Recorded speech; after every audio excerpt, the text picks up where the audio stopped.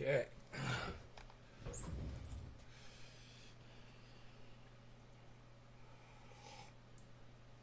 My chat is not connecting. Let's refresh it.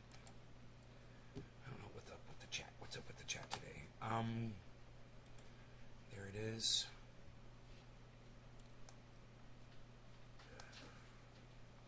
We could be like that, right? That's good. Do you want to enable chat timers? No.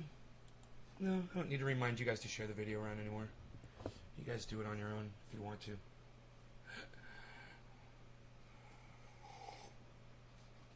Okay, so what we got going on here? We got the bees. We got the bees chilling. We're chilling with the bees. Chilling with the bees. That should be the name of the show. Chilling with the bees. Starring the bees. Let's put this over here. What would happen if I did this? Just wondering. Okay. No big deal. That's not so bad, actually.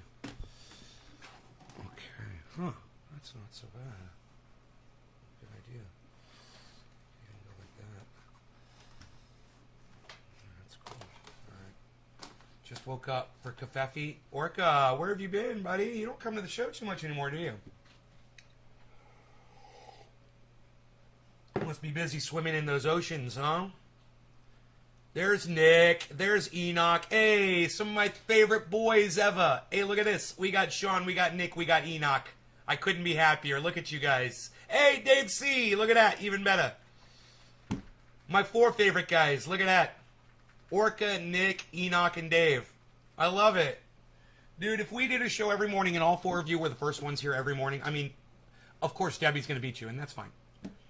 The 2nd, 3rd, 4th, and 5th people here, the show would be fantastic every day. I promise you that. I love seeing you guys right at the beginning of a show. It really energizes me. Woke up early today, son. What? I woke up, what? Shut up. I opened my eyes early. Shut up, yo. You're very good. So, yeah. Everything is going well. Rogi had his little walk this morning and he just came back and you got my back? Okay, good. That sounds good. I watched a debate this morning, part of it, just the opening and some of the beginnings of it. You know, I got probably 10, 15 minutes in. It was Michael Saylor, who is basically the voice of Bitcoin, against this guy who is a gold guru. And Michael Saylor destroys him in this debate. Just completely. The guy makes no points about gold, why gold is a great asset to have. Not at all. All he says is why Bitcoin is bad the whole time.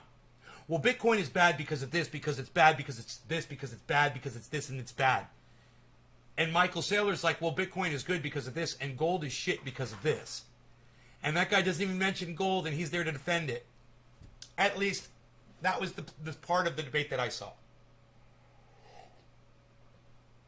What a debate of 2 of the leading experts in each fields regarding Bitcoin versus the stability of gold as a source, as a store of income or wealth. Would that kind of a debate between those 2 guys interest y'all at all? Would you like to hear someone who really knows a lot about Bitcoin defending it against a guy who thinks he knows everything about gold? Would that be a debate that you guys would be willing to listen to? I'm kind of curious. Or are you guys not interested in debates at all? You can tell me that too. Or you could just say, no, I just came here to watch your podcast self-destruct in 10 seconds. Sure, sounds good. Orca. Oh, thank you, buddy.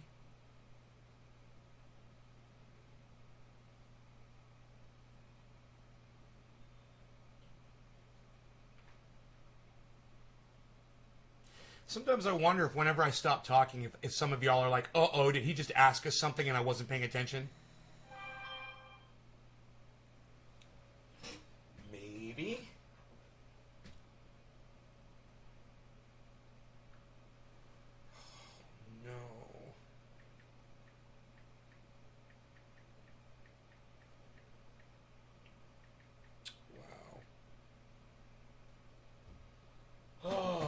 good. So my neighbors tried to dig a well. They went down 600 feet and they can't hit water. I just got a text from them. It's really, really bad, man. It's really sad and it sucks. I like listening to Lark Davis on crypto. You know how I found this channel? Because I was following a Lark Davis recommendation on YouTube and it led me to that debate. Isn't that funny that you said that, Phil? Orca says 10987. Richard, what's up? Edwin, it would be very interesting learning about investing. No water, wow, right? They're just a few hundred feet away from my well. This fucking sucks. Not the news I wanted to hear. I mean, I didn't want them to tap into my aquifer either, because they're going to be using a lot of water if they find it. At the same time, the fact that they couldn't find one that close to mine, it freaking scares the hell out of me, man. It really does. The first thing I start thinking is I need an escape strategy. I know that's what I said yesterday, Orca. I was like, what would happen if they hit oil? They're going down so deep. I wonder if water wells ever hit oil. You know?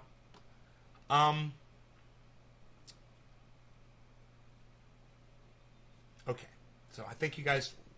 I know I'd benefit from this because I talk to wealthy people all the time who have their store of wealth sitting in banks, buying gold, sitting in cash, and other forms of investments. And I need ammunition to use when we're having a discussion about this, to try to convince them, to try to help them, to try to show them the light at the end of the tunnel of Bitcoin and crypto, right?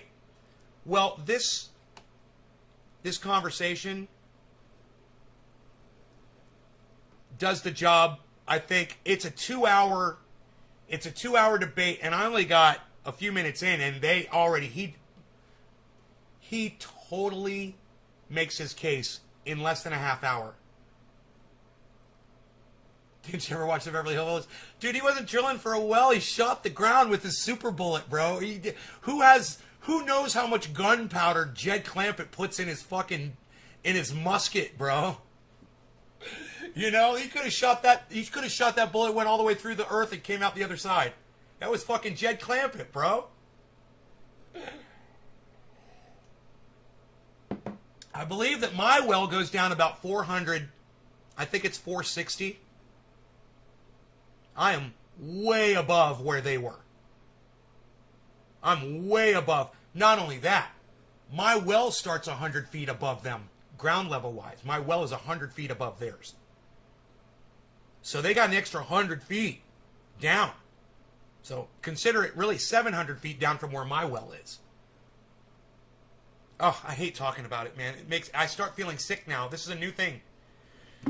I've never been so empathetic in my life, guys, I swear. But when we start talking about things that are disturbing for me, I start feeling it in my chest, man. It is the weirdest thing. It's like I'm externalizing things that used to not matter to me, and I didn't care, and I didn't get physical pain over it.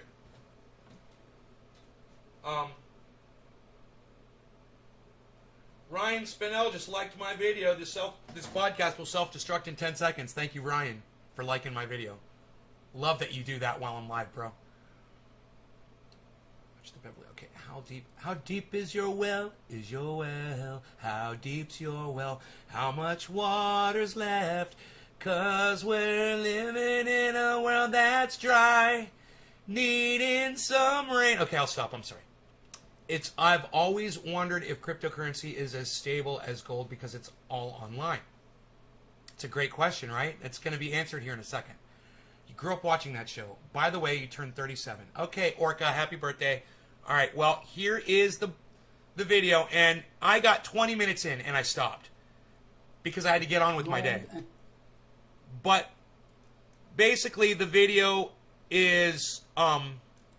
it starts around 2.5 minutes in is where I will start, where the gentleman starts speaking after she introduces them. And I'll let you listen to Michael Saylor give his intro, then Mike Gustra give his. I don't know what his net worth is. I don't know if we should base their intelligence based on their net worths, you know? I don't base mine based on my net worth. I know people who are way more wealthy than me that say way dumber shit. You know, people like Elon Musk say the stupidest shit. And he's got way more money than me. He says shit that just isn't possible. You know, like we're going to colonize Mars. What an idiot.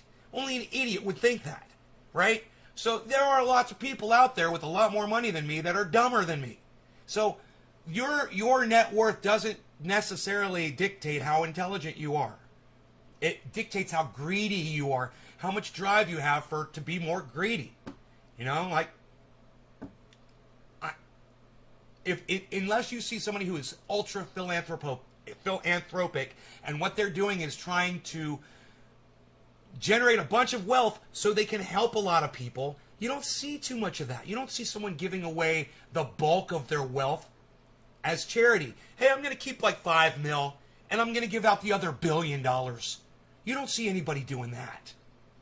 Hey, you got $1 billion, and you're going to donate, I'll donate 20 million here. I'll donate 100 million there. But you never see the bulk of their wealth going out. That's greed, man. That's just greed. So people who get to that point, who get that wealthy, in my opinion, they're just greedy. So I don't know whose net worth is higher, and I don't use that as a judge of intelligence. I am wondering who's made more money with but I don't give either one of them credit. If the Bitcoin guy did, or if the gold guy did, I don't care. To me, like I said, it's not a measure of your intelligence. It's a measure of your greed or your drive. And hey, I would like to double check and see what you're doing with all that extra money you're making. To find out what kind of a person you really are. Are you worth listening to? But anyway, I've gone down a little bit of a rabbit hole here, and I want you guys to listen to the debate. Awaiting this day. So welcome Frank, and welcome Michael. Thank you. Great to be here. Thanks for having us. Awesome. So as I stated up in the opening, we're going to start with opening statements. You'll have 5 minutes each here. We decided ahead of the debate, and Michael will kick things off for us. This will be 5 minutes of uninterrupted time.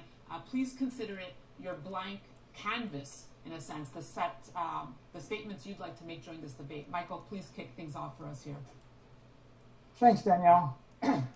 So the debate is Bitcoin versus gold. I think that all gold holders and all Bitcoin holders agree on sound money principles, and the real debate is which is the best monetary system in order to pursue the ideals of sound money. So I think we start with some basic ideas. First of all, yeah, Syros, not when you have $1 billion, not when you have enough money. See, you don't know what you're talking about, Syros, and you want to just argue a point that you don't even make sense right now. So when someone has $1 billion, like I said, and they give out almost all of it except for $5 million, which is enough to live comfortably, anyone to live comfortably for the rest of their lives, and live high on the hog too, I might add. Yeah, it is greed. So, Syros, you're just literally bringing something up right now just to argue with me. You don't even make sense. I'll address what you say, but it's not an arguable point. It is greed, and I proved my point already. So, give up now. You lost. Human civilization rises through channeling energy. We invented fire. That's capturing chemical energy.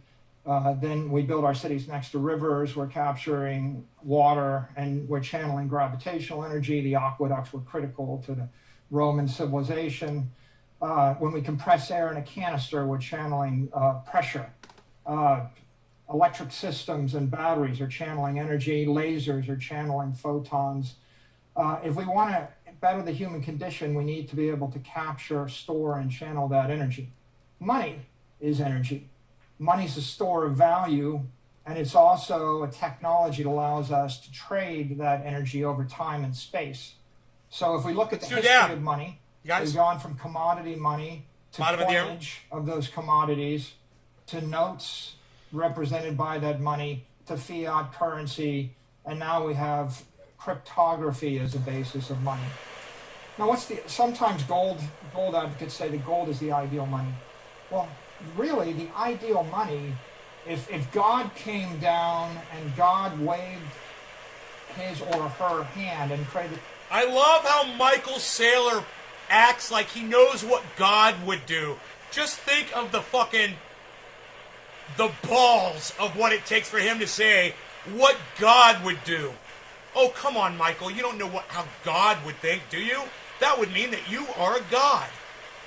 The ideal money, it would be based upon Luca Pacioli's modern accounting principles of No longer double going to entry cannabis. accounting. Cannabis isn't just for all. Cheers, And everybody. if you had godlike power and you could implement a double entry ledger like Pacioli introduced in 1494, and perhaps you could define 21 million units that are infinitely subdividable, trillions and trillions of times each, you could maintain that in magic space, and then you could settle everybody's trades instantly everywhere on Earth, everywhere in the universe, in a fair and equitable fashion.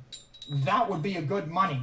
We could call that God coin. And God coin is like perfect instant transactions, never losing any information.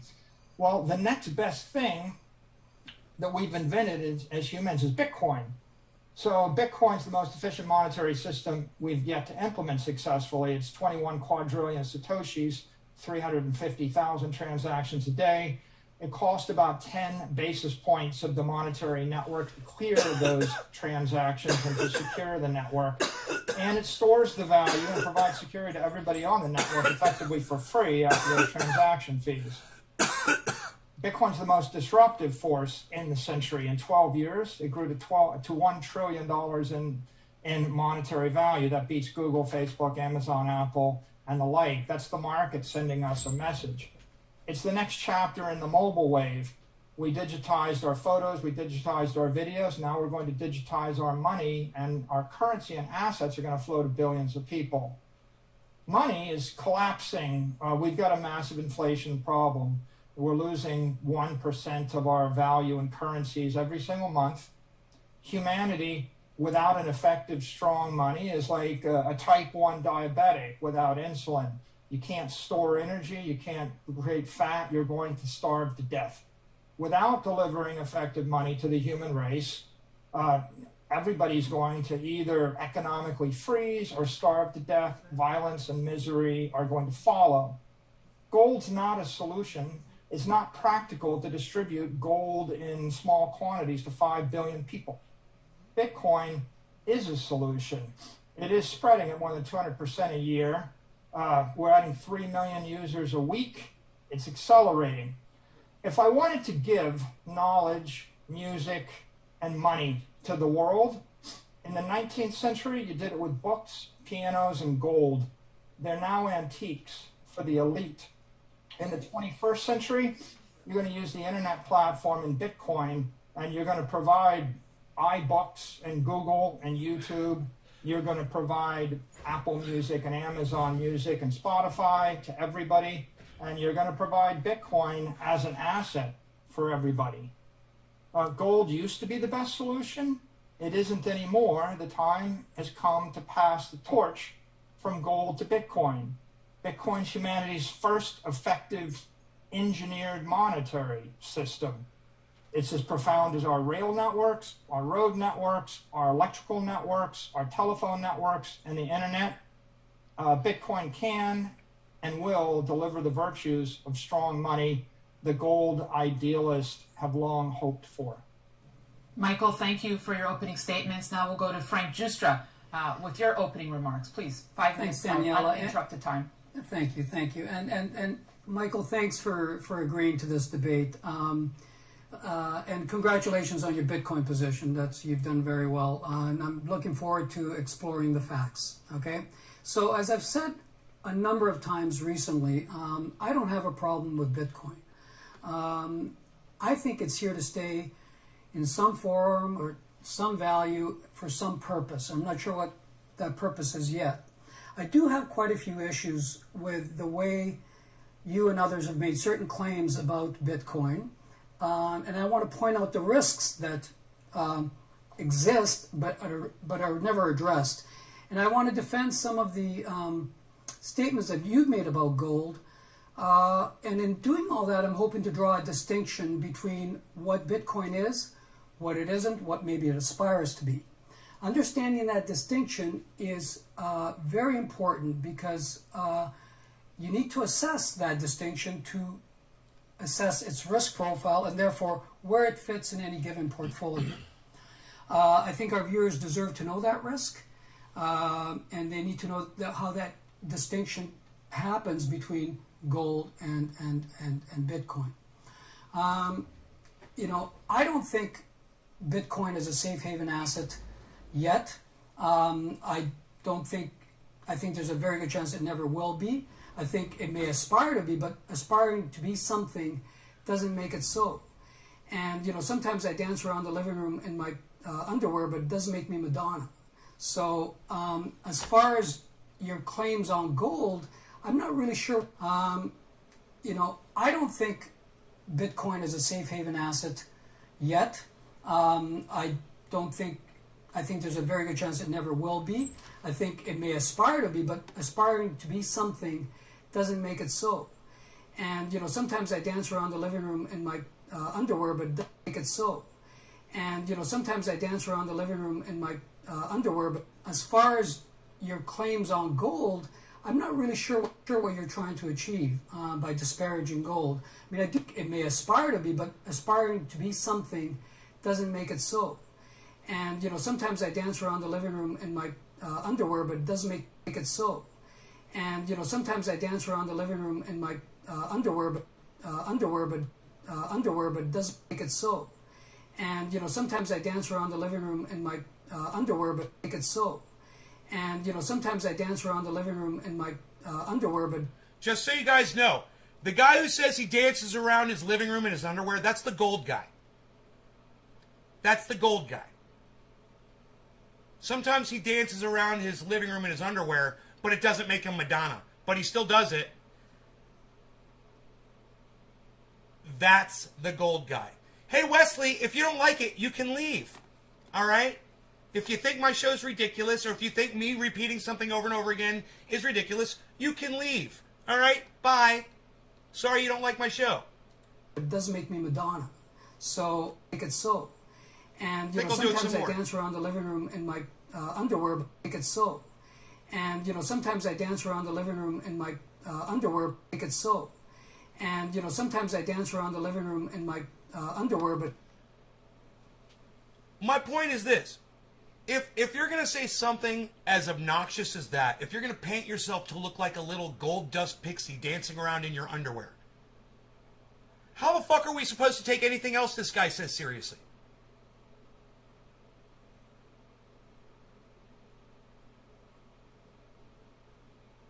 You have a little more... Oh, you didn't realize that was me doing it? Dude, that's my thing, bro. You literally attacked my thing. That's my stuff, bro. I repeat when people say stupid shit, I repeat it over and over and over again because I laugh and I laugh and I laugh at it. But it doesn't make me Madonna. So as far as your claims on gold, I'm not really sure what you're trying to achieve by disparaging gold. I mean, I do have a theory, and you're welcome to correct me if you think I'm wrong, but I think you're trying to create a narrative for a higher price for Bitcoin. Oh my God! That, no, he's not. I want everyone to buy Bitcoin.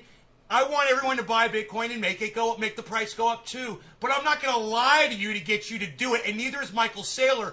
What Michael Saylor is doing is giving financial advice to people. He's saying if you got gold, you might want to look at crypto instead. That's all he's doing, you fucking cocksucker! You fucking gold dust fairy bitch! Dance around in your fucking living room in your fucking gold dusted underwear. That's all I'm gonna see now if I ever see your face again. You're a little gold dust fairy, bro.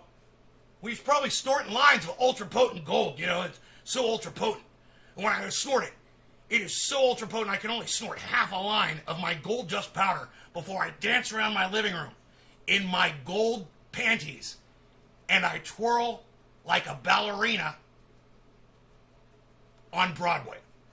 Now that is how we do it over here at the Alex Jones Show. You're not going to want to miss a single second. It is riveting. Some of the greatest dance moves you will ever see. Now, once again, our water filtration, the highest quality water filtration, the highest quality protein bars you're ever going to find anywhere on the internet. Come on down to Infowars.com, PrisonPlanet.com. We've got the finest ingredients in our iodine, which we mine from Alaskan tunnels underneath the Alaskan Ocean. And I've gone down there in the submersible, and I have supervised the entire operation. in my little submersible, and it is a yellow submarine. I float around in a little yellow submarine, but we'll talk about that after the next break. To convince everyone out there that gold is worthless, and all of that value that currently resides in gold will be all transferred, all $12 trillion of it will be transferred to Bitcoin. And that in that way, you can justify a $500,000 Bitcoin price or $1 million Bitcoin price. Otherwise, why would anybody pay $60,000 today without that target in mind? I can't see any other way where you can make the kind of claims that you're making about where the price, where Bitcoin is going. And I think it's a really clever approach, and I take my hat off to you. You've been very effective. This guy is an idiot. All right, let's do a quick Google search and listen to what he just said, okay? And I'm going to Google search this real quick. You're welcome to correct me if you think I'm wrong, but I think you're trying to create a... What was the opening price of Bitcoin? 0008. Bitcoin started at 0.0008 of a cent.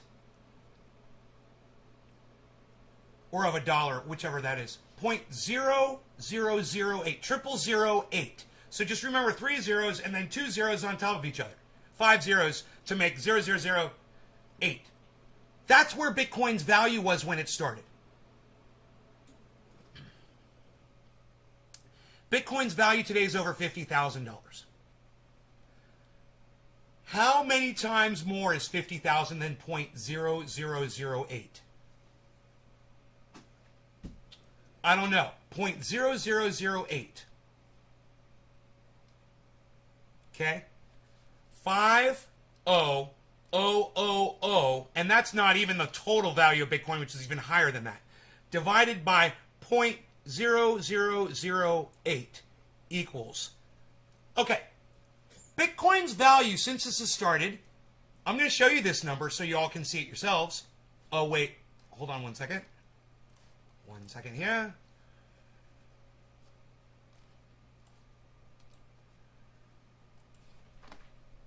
All right. Since Bitcoin started, okay, its value has increased 62.5 million times since it started. Now, I want you to listen to what this dumb gold dust fairy just said. Listen to what he's going to say right here. A narrative for a higher price for Bitcoin. And in order to do that, you need to convince everyone out there that gold is worthless, and all of that value that currently resides in gold will be all transferred, all $12 trillion of it will be transferred to Bitcoin. And that in that way, you can justify a $500,000 Bitcoin price or $1 million Bitcoin price. Otherwise, why would anybody pay $60,000 today without that target in mind? I'll tell you why. Because the price has already 62.5 million times, dude. It's already done that. And the more people that find out about it, and the more people that hold gold and cash reserves find out about that little fact that you don't want people to know, the more popular Bitcoin will get, the more popular crypto will get, and the more value it will be worth. And you're an idiot because your gold becomes worthless. If you choose to stick with gold and not hop on the digital revolution, your gold eventually becomes worthless. I can't see any other way where you can make the kind of claims that you're making about where the price, where Bitcoin is going. Really? It's times 62.5 million since it started, dude. And you can't see how anyone could say that it's going to hit $1 million. It's already at 50,000. That means it only has to 20 times. It's already 62.5 millions timed itself in value.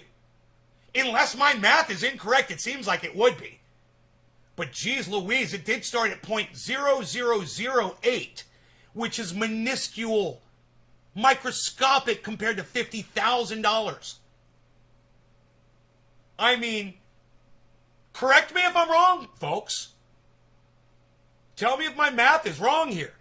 This guy can't seem to understand why or how anyone could see the value of Bitcoin actually going up to where some of these guys are thinking it's going to go. He can't understand where they would have any kind of, I don't know, historical evidence to show that this thing can go 62 million times its original value and it's not stopping. I don't know, man. Maybe this guy needs to zoom out a little bit. Without that target in mind, I can't see any other way where you can make the kind of claims that you're making about where the price, where Bitcoin is going. And I think it's a really clever... Once again, I point to the number and say, there it is. It's 62.5 millions timed since it started, dude. That's how he can make that claim. Oh, you think it's just going to stop gaining value now? Oh, yeah, it's just going to stop. It's just going to stop. It won't be worth anything else. Wow. Approach, and I take my hat off to you. You've been very effective. In many ways, I think it's sad because I think... See, yeah. Oh, yeah. Oh, let me, listen to this. Okay, listen to this guy. Okay, listen to this little gold dust fairy. Listen to what he just said. He just said, I commend you. Congratulations. I think it's sad. Did you guys catch all that? How quick he said that? He's like, I understand what you're trying to do with Bitcoin. You know, he's trying to say that he's trying to pump up the value, which he's not. He's just being honest about it and trying to get more people in to help them, to give them advice, just like me. Hey, man, I want you guys to profit from this too. Absolutely. So tell more people, right? This guy wants to subvert that narrative, and at the same time, he's trying to call Michael Saylor out for doing something good. Listen to this. Bitcoin price. Otherwise, why would anybody pay $60,000 today without that target in mind? I can't see any other way where you can make the kind of claims that you're making about where the price, where Bitcoin is going. And I think it's a really clever approach, and I take my hat off to you. Right there. You've been very effective. I take my hat off to you. You've been very effective, and I think it's very sad. I take my hat off to you. You've been very effective, and I think it's very sad. And in many ways, I think it's sad because I think... You're a douchebag. You are a fucking douchebag. It's not sad. It's fucking incredible. He's making millionaires every day, this guy, Michael Saylor. He's teaching people how to make money and be happy and have the things they've always wanted. And you think that's sad? This guy thinks it's sad? I think Bitcoin believers and gold believers agree on 90% of everything. I need a dab. This guy's driving me fucking crazy. Last 10% and which one is better. And I think it's all part and parcel of this binary attitude that exists in, you know, the discourse in America today. You're either one side or the other. Dude, you don't know anything about Bitcoin. You are there because you're supposed to be a gold expert. What you should be doing this whole time is telling us about all the benefits of holding gold. Tell us how stable it is and what a great investment it is, how everybody needs it. You should be saying gold, gold, gold, gold, gold. I'm a gold dust fairy. I dance around my living room in gold underwear, and I snort extremely highly potent, ultra potent gold dust powder. You can only get it from Infowars.com and Prison Planet. Check us out on the internet, folks. This guy doesn't have a word to say about gold. Isn't it weird? He's supposed to be a gold expert. All he can say is bash Bitcoin that he knows nothing about. Weird, huh? Michael Saylor's going to eviscerate this motherfucker. There's no middle ground. Cheers. But I see it as a strategy of your strategy where the stakes are kind of do or die. It's sort of a Game of Thrones per se. But the truth is we're only in the first season, and there are a lot of risks that lie ahead of us. And the question you have to ask is, will you still be alive in season 8?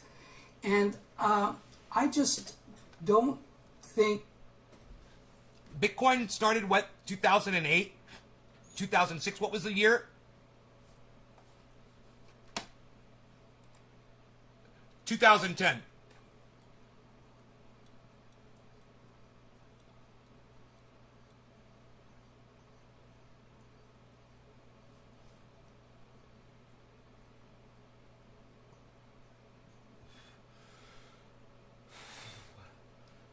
What was the date?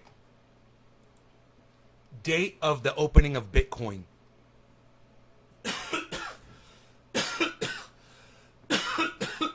According to Wikipedia, on the 9. 3rd of January 2009, the Bitcoin network came into existence with Satoshi Nakamoto mining the genesis.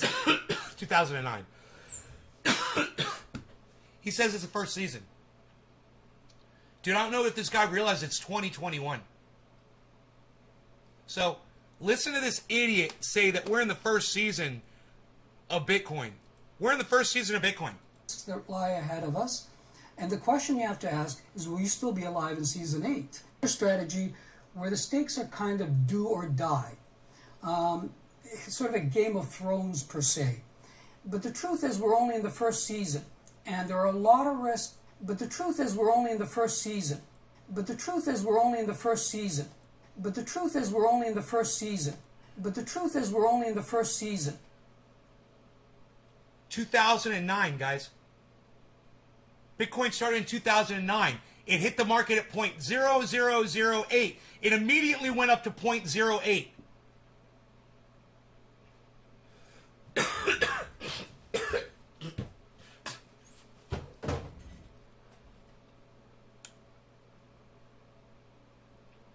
The Mystic Crippling charts. Let's roll with it.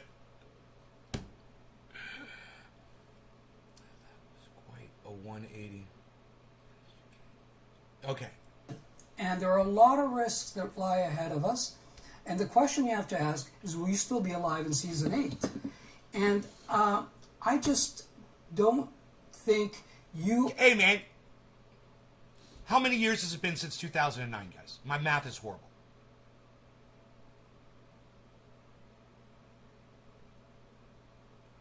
12 years? How many years ago was 2009?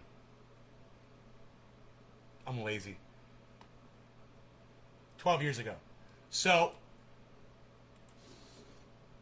he says we're not even in season... What? He's like, what happens when we're in season 8? Dude, we're in season 12 of Bitcoin. I don't understand this guy's reference. I don't understand his analogy here. This little gold dust fairy is getting destroyed by Michael Saylor, who's sailing all over him. He's sailing his sailboat of Bitcoin, his Bitcoin sailboat. He's fucking sailing all over this cuck bitch. Everything. And we fall apart on this last 10% of which one is better. And I think it's all part and parcel of this binary attitude that exists in, the discourse in America today. You're either one side or the other. There's no middle ground.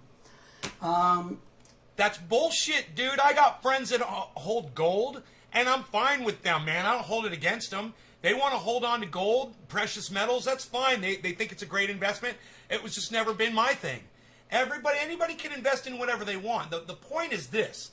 Michael Saylor is trying to tell investors that they're missing out on a great opportunity if all they're doing is holding on to gold right now. And for some reason, you think it's your job to convince people no, that they shouldn't go in there. All fucking investments have some level of risk, dude. What kind of investor, comes out saying, oh, you don't want to get into Bitcoin? It's got a level of risk involved there, guys. There's risk. There's risk.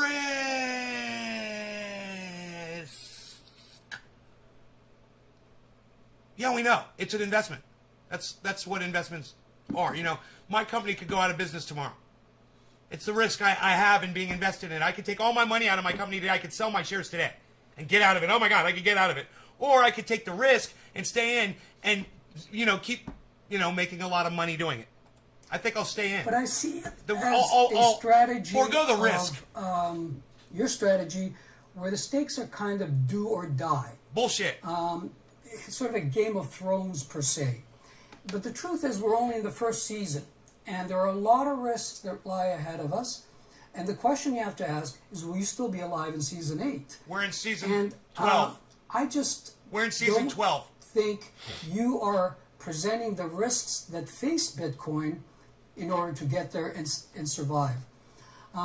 Okay, all right. You can lose all your money, okay? You never put more money in than you can afford to lose, all right? You lose it all, you should still be able to survive. That's it. That's all. That's the risk. Now you know it. Now you can go do it. That's it. Period. You like to pretend those risks don't exist, and you gloss over. Michael Saylor and any other investor will tell you exactly what I just told you. Only invest what you can afford to lose. That's the only thing you need to know. This guy's an idiot. For them, because I think you're in a race to win, and Dude. I think that's kind of sad. But Let me tell you this. Bitcoin's at 1 trillion and gold's at 10 trillion right now. Michael Saylor says that Bitcoin's going to go to 100 trillion. Bitcoin is a risk-free asset is just, I think, naive. It's already at 1 trillion. Because if you fail to subsume the entire value of gold, what are you left with? You're left with hoping that a greater fool is going to come in and pay a higher price. I think I'll buy the your threats Bitcoin are from real. you. I think the biggest Don't threats worry, are gonna dude. come I'll from buy your governments gold-dusted fucking and central Bitcoins banks. from you, bro. History has shown the governments go through No longer gonna extreme cannabis, lengths cannabis. Just to for all protect top of the the hour. monopoly Cheers, on everybody. currency, and they will not tolerate a global decentralized currency. It's just not going to happen. And especially if we have, say, a dollar crisis, which I think we can all assume is coming somewhere down the road. And your claims that Bitcoin is untouchable, unstoppable, are simply not true. And by the way, you don't have to kill Bitcoin with a death blow. You can severely damage or kill it with multiple cuts. So you've been very effective at pretending that there aren't risks, and I think I'm going to spend most of this conversation just pointing out where the risks exist. And I just think telling your viewers that Bitcoin is going to double every 6 months is, I have a lot of trouble with that. So whatever the outcome is on this is on you. But perhaps you'll change my mind, and so let's get on to it. All And let's right. get on with it. Fantastic opening remarks from you both. Thank you for that. Now let's get into the meat of it. We're going to start with our first topic. It is asset comparisons. Michael, I'll begin with you. We'll kick things off here. It's been said that an ideal store of value will have these 8 attributes. It's durable, portable, fungible, verifiable, divisible, scarce. It has an established history, and it's censorship resistant. So my question to you is, when you're doing an asset comparison of Bitcoin versus gold, how do you make the case for Bitcoin as the better asset? You'll have 5 minutes of uninterrupted time, and Frank will have a 1-minute rebuttal. I'd be like, let me show you my portfolio. Okay. If we think about the elements that drive humanity forward, if we think of it from an engineer's point of view, you've got stone, you've got iron, you've got concrete, you've got... That number I was flashing on the screen is, what was it, 62.5 million, something like that. That's how many times Bitcoin has multiplied in value since it started at 0.0008 of a cent. Or of a dollar. I think that's of a cent. Of a cent. Is that? Either way, it started at 0.0008, and now it's at over 50,000. So all I did was I just divided 50,000 by 0.0008, and that goes in 62.5 million times. Is that the number, guys? That goes in 62.5 million times. That's how many times Bitcoin has multiplied in value since it started. And that guy's trying to say that, how can Michael Saylor say it's going to double? How can you say it's going to double? Well, it's doubled, it's tripled, it's quadrupled, it's quintupled, it's octupled, it's fucking 62.5 million oopled. Dude, that's how he could say that. And he knows it. He's got that number behind him. And this guy, this gold dust fairy dude, ignores the goddamn facts. Steel, you've got aluminum, you've got silicon. You can't build a computer without silicon. You can't build a skyscraper without steel. You're not going to... God is survive speaking, if you don't pick everyone. the right elements. Silence. Crypto is the steel of the 21st century financial economy. An engineer would say you have to choose wisely. There's a right answer. There's a wrong answer. So gold is that your element final 79. answer? It's an ideal ornamental metal. It's indestructible, malleable. It's attractive. We love these things. It makes great jewelry. It makes a great ornament. it's just not a perfect monetary asset because you can inflate gold, you can confiscate gold, it's immobile, it's not easily divisible, and you can counterfeit it.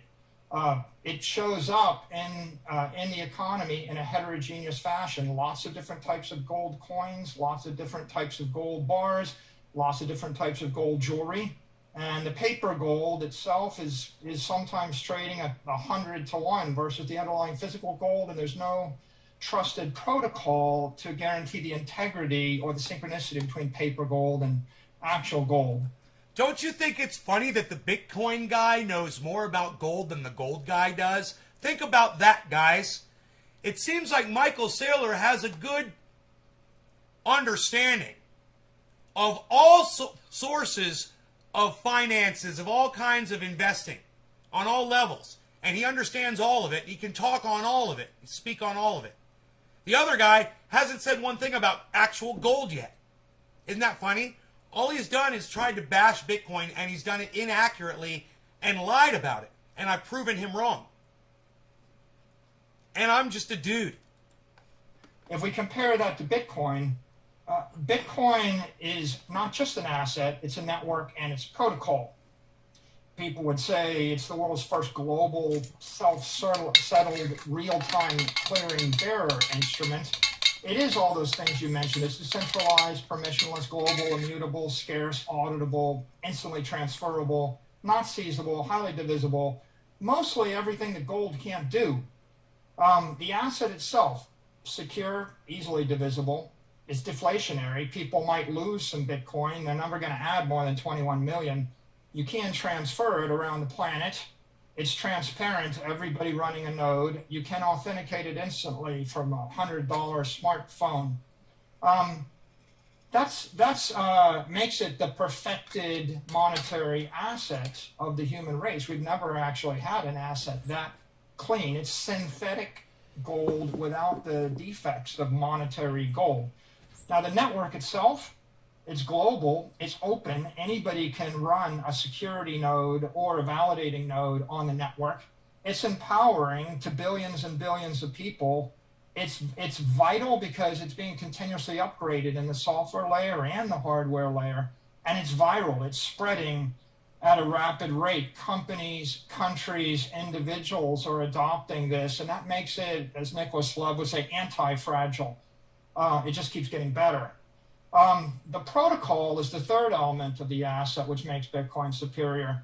And what's special about that is it's a protocol for synchronizing financial applications with integrity to the underlying Bitcoin asset.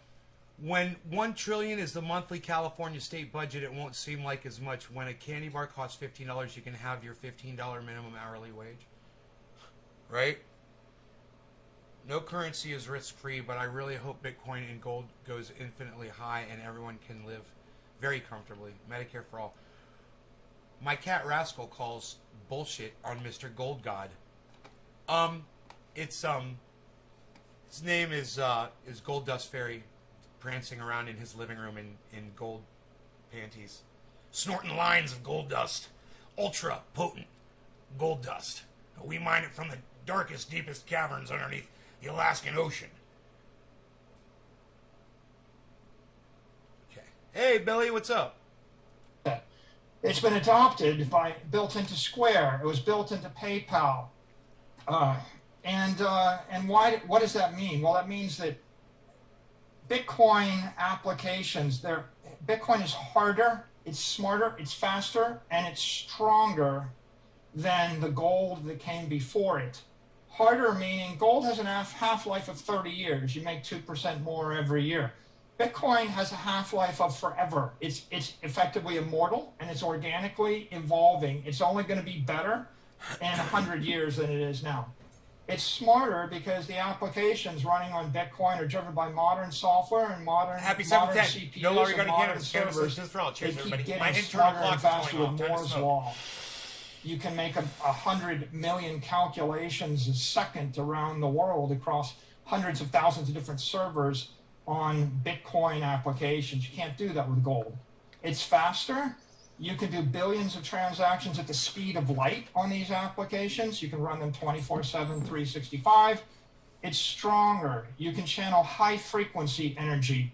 I could flash 10,000 loans for 3 days each across 100 jurisdictions between 10,000 different companies and fetch them back with laser-like precision. So in short, Bitcoin, it's more than just a monetary network. It's a trust network allowing millions of applications to serve billions of people. And it's going to accelerate global commerce in the 21st century. And it's critical for allowing for safe and efficient operations in cyberspace. That's why the asset is superior to gold. Thank you, Michael. Frank, you'll now have a 1-minute rebuttal to that. Yeah, Time begins listen. now. Yeah, thank you, Michael. You know, it is a great technology, and I'll give you that. And I'm not going to argue the technology and how innovative it is, and all the things that you say that it does.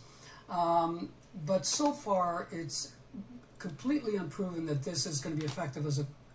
Man, did you hear what he just said?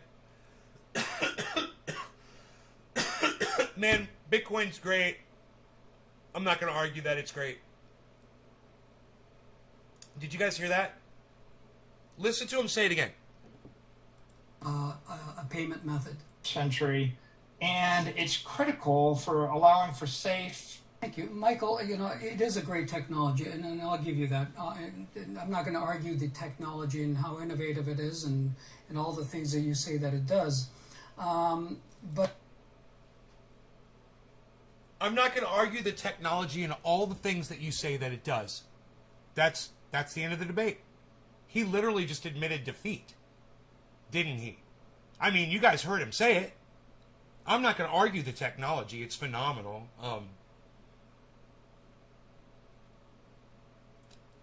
If you guys think I'm kidding, I want you to hear him say this again. It's at 19:20 in this video, and it is just amazing to hear this guy. This is a total admission of defeat. I can't believe this debate went on for another almost 2 hours past that 20 minutes. It goes for another hour and 40 minutes. It goes for a total of 2 hours. 1 hour and 56 minutes and 41 seconds. It goes for another hour and 40 minutes after this point, after he says, I can't argue it. 1-minute rebuttal to that. yeah, Time begins listen. now. Yeah, thank you, Michael. You know, it is a great technology, and I'll give you that. And I'm not going to argue the technology and how innovative it is, and all the things that you say that it does. But so far, it's completely unproven that this is going to be effective as a payment method. You just said you're not going to argue the technology with him. And then immediately you start to argue the technology with him. Gold Dust Fairy, are you snorting a little too much? You know, it is so ultra potent. I warned him. Him and I, we were in my bathroom. We were snorting only half a line of his Gold Dust Fairy gold dust. And I told him, I said, this stuff is so ultra potent, you should only snort half a line. And this little Gold Dust Fairy danced right into his living room in his underwear. I kid you not. And twirled around like a little ballerina. And then he said to me, It's far too slow. It's too volatile, and he said it's far too slow and it's far too volatile. And I had to agree with him. He said, you're going to have to twirl faster. You're going to have to snort just one more half of a line of your gold dust powder. it has no history. So I don't think that I don't see a way where it's going to be a method of payment. So the ability to transfer. Dude, I just paid. I paid for some of this with some Ethereum, guys.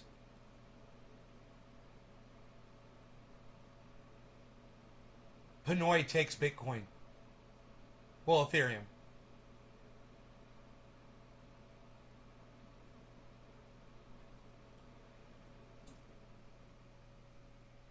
I bought this with fucking crypto. What do you mean you don't see how it's going to be used as fucking currency?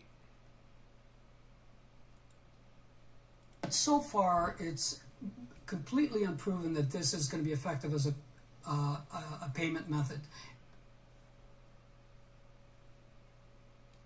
I would so much rather have a way to pay someone that's worth more than less. Period. I'd rather have my funds making more money while they're just sitting there in the bank or wherever they're sitting than not. It's far too slow, it's too volatile, and it has no history. So I don't think that, I don't see a way where it's going to be a method of payment. So the ability to transfer Bitcoin around the world at the speed of light, as you like to talk about, is, what's the point if the only thing you have to hang your hat on is store of value? What you say about gold and paper gold and physical gold is true. I prefer physical gold. I stay away from the gold ETFs for many, many reasons. I like my gold to have no counterparty risk, much like Bitcoin doesn't. He's going to talk about gold. He's talking about gold there for a second. As far as you claiming that it's secure, I will debate you on that. I don't think it's as secure as you like to make it believe, especially if it becomes a threat. Thank you, Frank. I will toss the question now to you, Frank. Same topic, asset comparison. When you're doing the asset comparisons of gold versus Bitcoin, make the case of why you think gold wins here and under which conditions it performs better than Bitcoin. Okay, so listen, I'll give the 1 minute commercial here that everybody's heard before. Gold is eternal and is almost indestructible. The gold that you may be wearing in your jewelry today might have been a piece of jewelry 2,000 years ago. It has been deeply woven into the cultural fabric around the world and into the global monetary system. And if you believe you're about to dislodge gold in places like India and China, which are the world's largest buyers of gold, and where it's deeply ingrained in the culture, I think you don't know a lot about India and China. So in terms of its status as money, listen, I'm sure if the U.S. could roll back the clock, they would probably do away with gold, because the U.S. relies on its status as having the premier reserve currency, and it abuses that status to achieve its goals by, again, printing lots and lots of money. I can't see how Bitcoin is going to be recognized as money in every country in the world in the way that gold is. Its stability as a store of value is vital to managing the central bank I sped it up a reserve little. currencies, and it's viewed as protection against other fiat currencies. Central banks own 33,000 tons of gold, which is 20% of all the gold ever mined, and they're furiously buying it year after year after year. And there's a reason for it. And I can't say the same for Bitcoin. It's not owned by any of the central banks. It's extremely unlikely it ever will be. That's the beauty of it. Do you guys hear this? He's trying to say that because it's not owned by the central banks, the ones that tell you that you can only take so much of your money out of your account when they deem. When I was buying Bitcoin, I couldn't get my money, guys. They were allowing me to only take so much out of my bank accounts. All of the banks were doing that to me. Do you hear what he is saying here, guys? Did you catch that?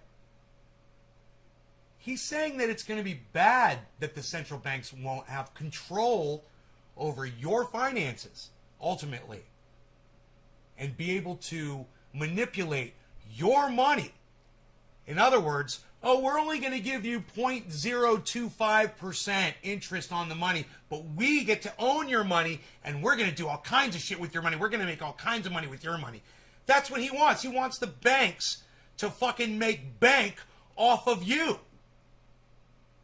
while he sits back and laughs with snorts little lines of gold dust.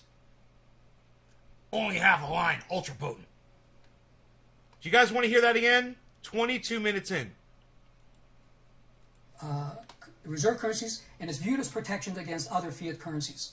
Central banks own 33,000 tons of gold, which is 20% of all the gold ever mined, and they're furiously buying it year after year after year. And there's a reason for it. And I can't say the same for Bitcoin. It's not owned by any of the central banks. It's extremely unlikely. Did you hear what that motherfucker said? And there's a reason for it. And then he doesn't tell you what the reason is. I'll tell you what the reason is they're hoarding it because they know it's valuable. The wealthy are holding all the wealth. And he doesn't want to say that. Bitcoin takes that away from the banks. They don't get to hold all the wealth. It lets everybody have some. and profit and do good and feed yourselves and go out to dinner once in a while. You know, for heaven's sakes. God forbid people get to go out to dinner every once in a while. You know? God forbid you can afford your rent and afford a fucking, a vehicle or to put your kids through school. How dare they? How dare they? Ever will be. And I think Bitcoin makes a much easier target than gold if it becomes a threat. And the central banks are never going to destroy gold. It'd be a 420, no longer gunning cannabis. Bitcoin, they have Cannabis no is resistance. for all. Cheers, everybody. In spades. And gold, one of the other misconceptions, and I think where people get mixed up with the Bitcoin comparison, is that gold is not designed to moonshot through the roof like some tech darling. It's designed as a store of value against inflation, the devaluation of currencies, and sharp equity downturns. It's been tested time and time again throughout history. Bitcoin has never been tested, especially in a financial crisis, because Bitcoin was introduced after the 2008 crisis. In the meantime, gold has doubled since then. Gold benefits in times of crisis and at certain times of economic expansion because of its dual purpose of use in jewelry and industry.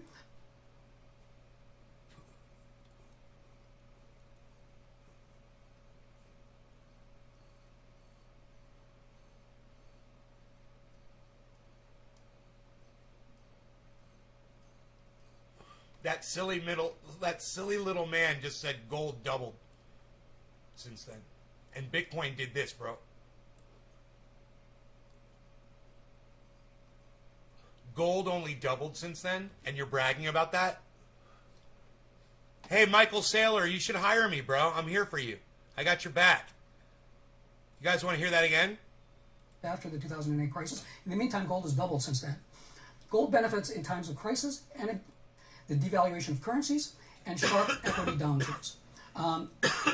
It's been tested time and time again throughout history. Bitcoin has never been tested, especially in a financial crisis, because Bitcoin was introduced after the 2008 crisis. In the meantime, gold has doubled since then. All right, here. I got an idea.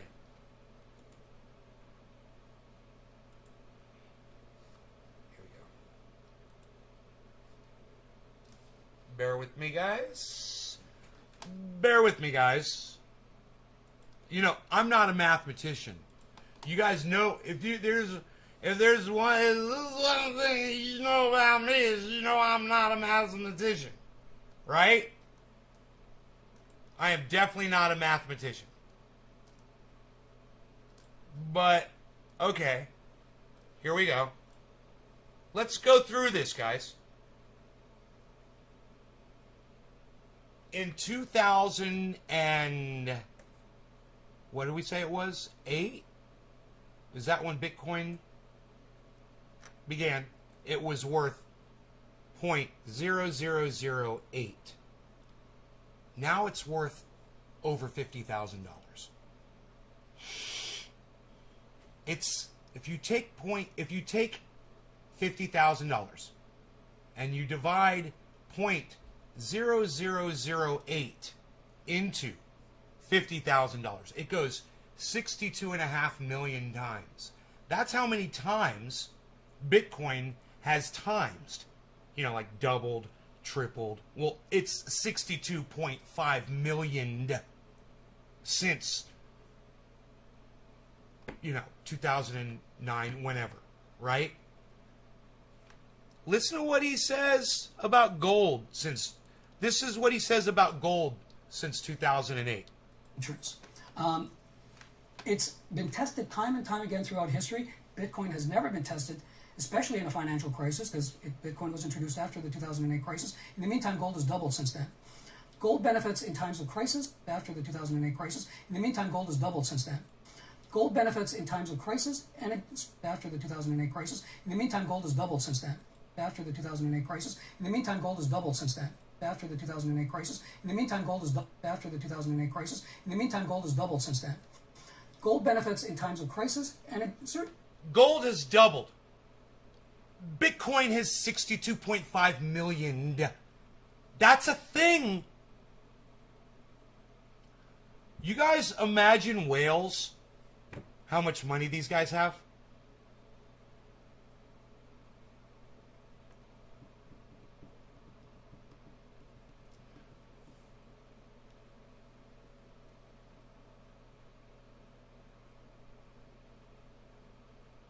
Stacking PVC 6-inch solid. Right on, Johnny Jackhammer. Fuck yeah, bro. I hope that point makes sense to you guys. This isn't, it's like it's not even an argument. He's arguing the value of gold versus the value of Bitcoin when the value since way back then, the value of gold is doubled. Well, the value of Bitcoin is 62.5 million. 62.5 million. You know, is there a mathematician out there who can correct me? Please do so. I feel really uncomfortable right now that I know more about this shit than that guy does. And I don't even know what the fuck I'm talking about. I literally don't know what I'm talking about. Times of economic expansion because of its dual purpose of use in jewelry and I industry. think the difference here is I'm the only one here that's willing to admit that. And I think Michael Saylor totally knows what he's talking about. But between me and this guy, I'm the only one here that's willing to actually admit that I don't know what I'm talking about. If there were ever a war, I would prefer to have my money stored in gold, which is going to be safe from cyber attacks on both the internet and the power grids. Now, to be fair, and I think also that any time that there's a currency crisis, and this is what I'm afraid of, people will always flee to gold. It happens every time. So, but to be fair, I think it's good to point out that central banks do try and manipulate, in my opinion, they try and manipulate and manage the gold price, because the gold price is, in a sense, the canary in the coal mine as to a nation's fiscal health. We got So any spike in the gold price, Shut up! You're very good! But they're never going to try and kill its value, because, again, they'd be shooting themselves in the foot. They don't. It's a necessary evil. The U.S. alone, 77% of its reserves, foreign reserves, are in gold. That's 4% of all the gold in the world.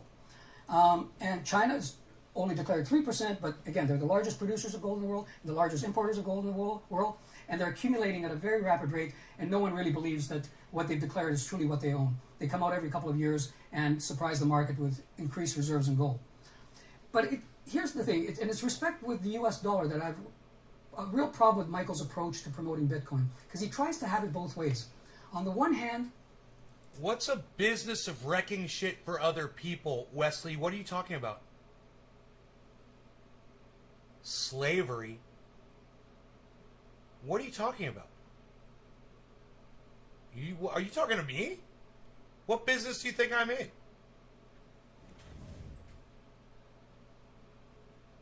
Of wrecking shit? What are you talking about? Does anybody know what this guy's talking about? Hey, can somebody help me? Did I miss something here? Somebody let me know. Seriously. Why is this guy all of a sudden going off on me? What happened? Dude, are you typing in the wrong chat, maybe? We're sitting here listening to people talk about crypto versus gold. And I'm doing Alex Jones impersonations and smoking cannabis. What are you talking about?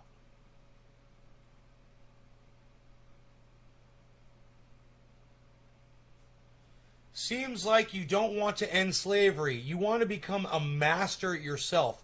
Reject patriarchy and dominion. Have a nice day, y'all. Anyone? Does anybody understand that? Where's Billy Ballantyne at? He helps me understand things sometimes I can't understand. He explains them to me in clear and obvious detail. I like the way Sean puts it. He's a dickhead. Oh, thanks, Sean. That works too. he is panicking people into buying Bitcoin as a protection against this incredible M2 money growth, which he calculates at 20% a year and going forever at 20% a year. If he's right, and I don't disagree that that's the direction the dollar is going in terms of money growth, that would create severe problems for the U.S. dollar. It would obviously devalue the dollar over time because you would bring in a lot of inflation. And so, on the other hand, he claims that Bitcoin is not a threat to the U.S. dollar. And I think, in that sense, he's talking out of both sides of his mouth. And I can only assume that the reason is he doesn't want to draw the ire or the attention of the U.S. government. because it's easier to go after gold. The authorities are never going to come to gold's defense. And actually, in a way, he may be doing them a favor by disparaging gold. But again, you can't have it both ways. You can't make that claim that Bitcoin is going to go to the moon and subsume all the value of every asset class and not be a threat to the U.S. dollar. And I think he's probably a bit late, because now it's squarely on the radar of a lot of the policymakers, a lot of the pundits, and they're talking about the threat to the U.S. dollar by Bitcoin.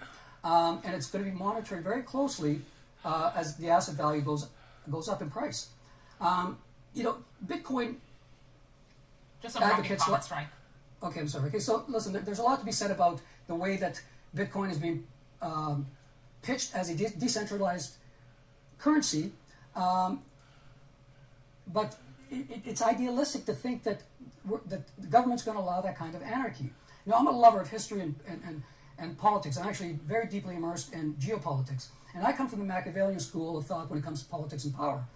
And I'm a realist. And you may want things to be a certain way, but you have to see the ways things truly are. And anarchism has never worked throughout history. And you just have to look.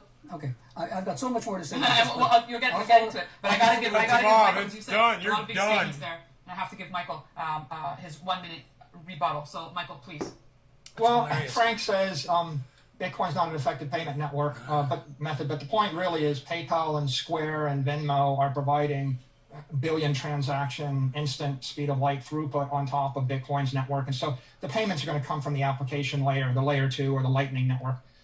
Frank says it's not as secure as I think.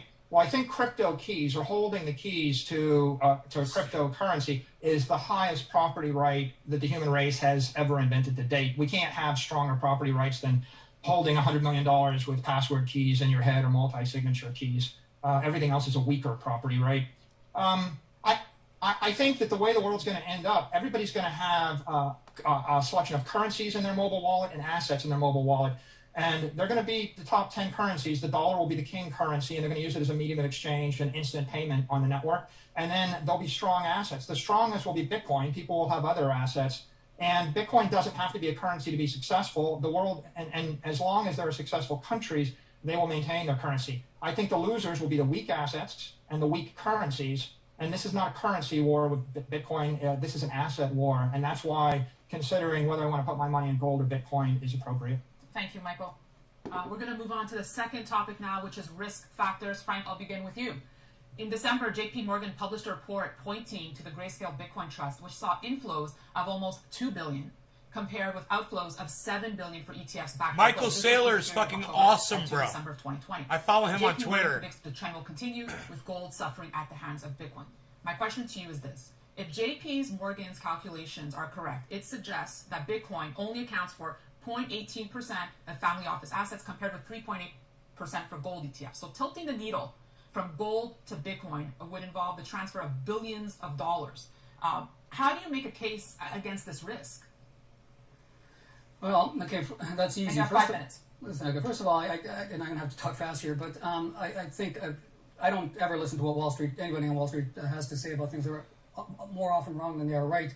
But assuming that Bitcoin is going to continue to be accumulated at the rate that it was, and measuring that over a period of a few months, you might as well be throwing darts. That's just not. Making that kind of assumption doesn't make any sense. But I think assessing and quantifying risk is the biggest issue facing Bitcoin. I've said that earlier, and it's one thing that Michael likes to sidestep or gloss over.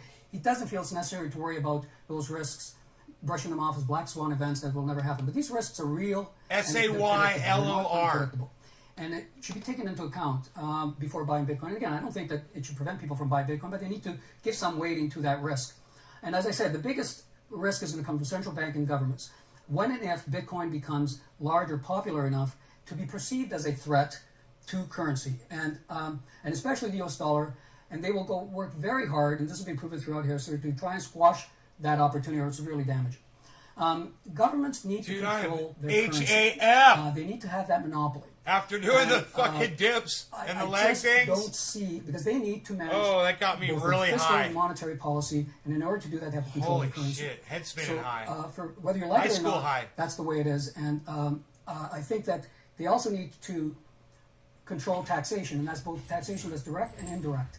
And taxation by inflation, which is their current preferred method, means that they can monetize all this tremendous amount of debt that they're producing and you, the consumer, are paying the tax through inflation.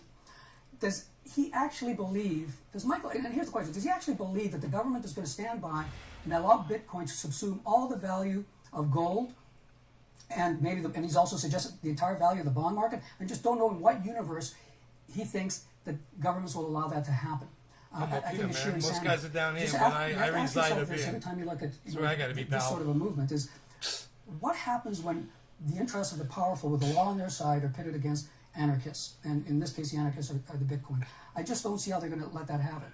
And again, they don't need to deal Bitcoin a death blow. They can do it with multiple cuts. And what that might not take Bitcoin out, but it will sure change its investment proposition and therefore its performance. And the attacks can come in any form, okay? I think the easiest is legislation. And simply banning Bitcoin, making it contraband, or making it illegal for Bitcoin exchanges to accept fiat for Bitcoin would wipe out all the institutional buying, most sophisticated investors, and drive Bitcoin underground. And it would certainly take a lot of the air out of the Bitcoin price. If it were banned and the FBI requested records from the exchanges, they would give them up. All exchanges are tied, all points of connections and exchanges are tied to the US dollar system. So it's very difficult to escape tracing or monitoring. And who's going to take the risk if there's prison time is the penalty to leave a trace on their computer? I just don't see why anybody would take that risk. He makes a point. So that's one approach. The other one is more direct. So Michael Saylor says about that. And I know that they can certainly do sustained hacking on the on and off ramps into Bitcoin trading. And if you think about it, if the U.S. defense network can be hacked with secret backdoors built into the hardware, who's to say it can't happen with Bitcoin? And I think, again, you have to take those risks into consideration, that they're real and they exist. Now, I've heard the argument, and this is how the argument comes back from all the Bitcoin people, is that, oh, hey, there's a handful of senators that are Bitcoin friendly and are going to provide cover for the Bitcoin investors. And, that's going to matter just as much as those handful of politicians that are proposing legislation to make gold and silver money in order to avoid tax. That's never going to happen either. So I just don't. You guys, Bitcoin got up to fucking 56,100 in the last 24 hours.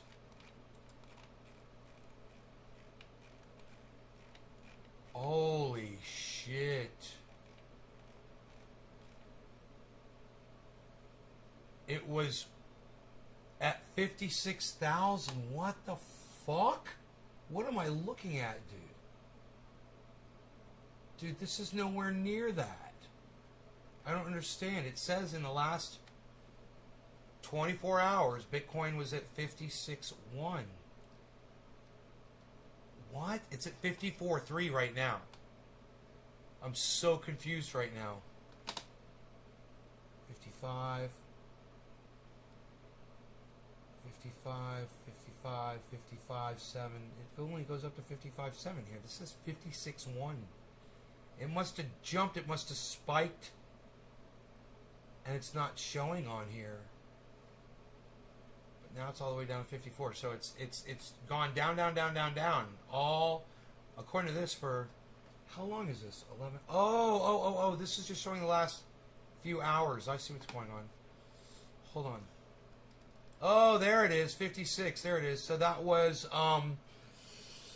2, 4, 6, 8 hours ago, guys. Now I know it was 8 hours ago. Bitcoin went to 56,100, and now it's down to 53. Now it's down to 54.3. Holy shit! You can tell how upset he is. He's not one of the people that got it. That's a great, Josh. That's hilarious. Way too much giving me a headache. Tell him to lay off the speed. Well, I've got it sped up. I don't get it, how they're going to let this happen. And they will always use the excuse, the government that is, that the needs of the many outweigh the needs of the few. So I don't think that you're going to get the kind of protection that you're hoping Somewhere for. in 60s. Governments I don't know will what the use any all-time high excuse, Bitcoin is. knowing that the real reason is going to be to protect their monopoly on currency and keep their ability to execute monetary and fiscal policy, but they'll use other excuses if they want to go after Bitcoin. Crime, consumer protection, the environment. They can say Bitcoin produces more CO2 emissions than a billion cars. Money laundering. And the catch-all phrase, national security. And if they can use national security to renegotiate bilateral trade deals, don't think that they can't use it if Bitcoin becomes a threat to the currency.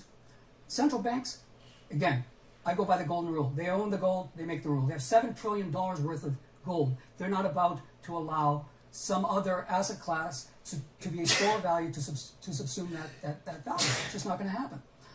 Thank you for wrapping comments, please. Okay, well, I just think that I have other points with respect to countries, central banks creating their own digital currencies.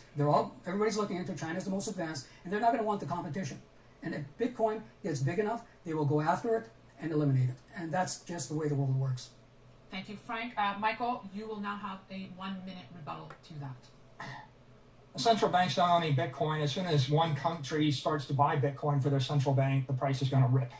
First point. Second, U.S. dollar is going to be the big winner from the spread of Bitcoin. 5 billion people are going to have a mobile wallet on their phone. They're going to have a currency layer running on Lightning rails or running on a compliant payment rail. Will have the U.S. dollar, might have the euro. The big losers are going to be the bottom 50 countries. They're going to lose their currency privileges. All the collapsing economies in Africa, South America, and Asia, they won't keep their currencies. People will switch over to the dollar. Bitcoin is critical to U.S. technology supremacy and the U.S. dollar supremacy, and one day 5 billion people will use the U.S. dollar as a currency. I don't think the government's going to fight it. I think the government's going to embrace it. And will the government stand by and let Bitcoin grab gold's capital share and a part of the bond market? Well, they allowed the growth of the Vanguard 500 and the S&P 500 and ETFs and bond mutual funds and gold ETFs. I think that as long as the assets sit in regulated banks and custodians, they won't have a problem with insurance companies and investors investing in Bitcoin rather than an S&P 500 index fund.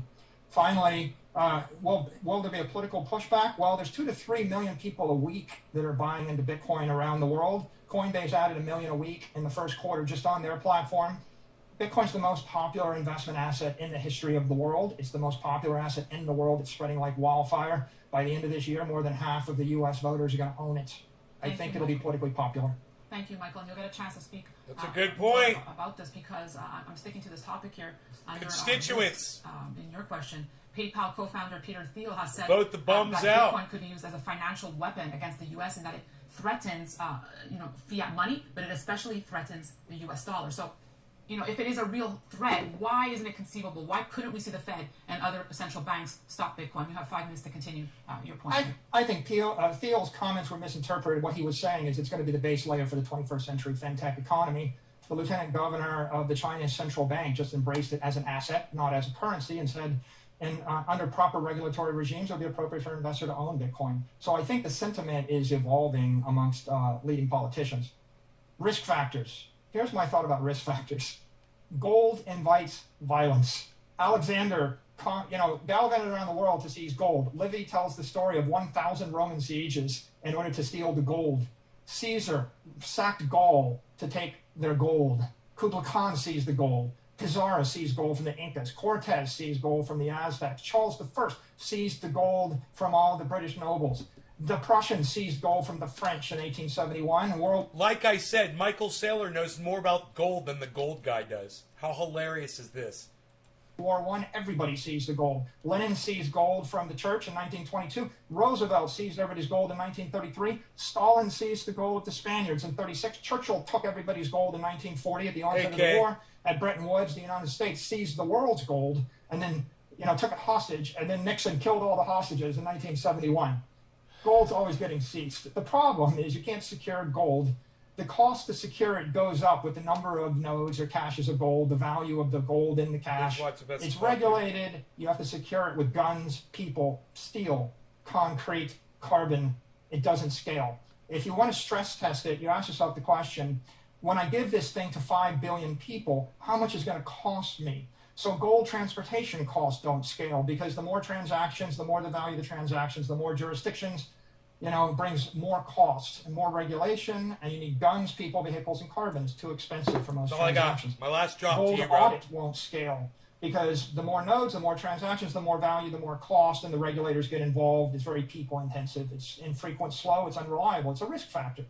Gold security, transport, and audit are regulated by every nodal jurisdiction. They're corruptible, they're uncompetitive, they're antiquated, they're elitist, they're ineffective, and they're out of reach for 99.9% of the population. The gold applications, what we call paper gold, they don't have any technical protocol with integrity, so they're all corrupted by hypothecation, regulation, and inflation. Bitcoin security, transport, and audit are pretty effectively free. They're effective, they're unregulated, they're egalitarian. Everybody has the same rights. A person with $100 of Bitcoin has the same security as someone with $1 billion of Bitcoin. There's competition to continually improve the services. They're decentralized. The security nodes are decentralized, and they're protecting the interest of the holders from local violence, local regulation, and local corruption. Is the Bitcoin miner in Iceland or the North Pole or Siberia or China protecting the interest of somebody in Manhattan or Ontario? And it's a beautiful... We don't refer to it as weed. Actually, we don't refer to it as anything except cannabis on here on the podcast.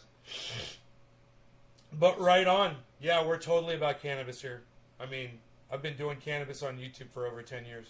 Full thing. Gibbo, what's up? Gold's physicality and indestructible nature, they invite malefactors to kill you and take your property. Bitcoin safely stores your property in cyberspace where it can't be seized. Oh, you're going to tell me? No. It's not. It's not. I'll have the conversation with you. It's not called weed. Let me tell you where the term weed came from. Gibbo, I'm glad you're here, bro. I just want to say that. There's this guy back in the 1800s, man. His name was William Randolph Hearst, and he had a newspaper. And he used to call cannabis the devil's weed. That's where that term comes from. That's also the guy who adapted the word marijuana. Yeah, it did come from your garden.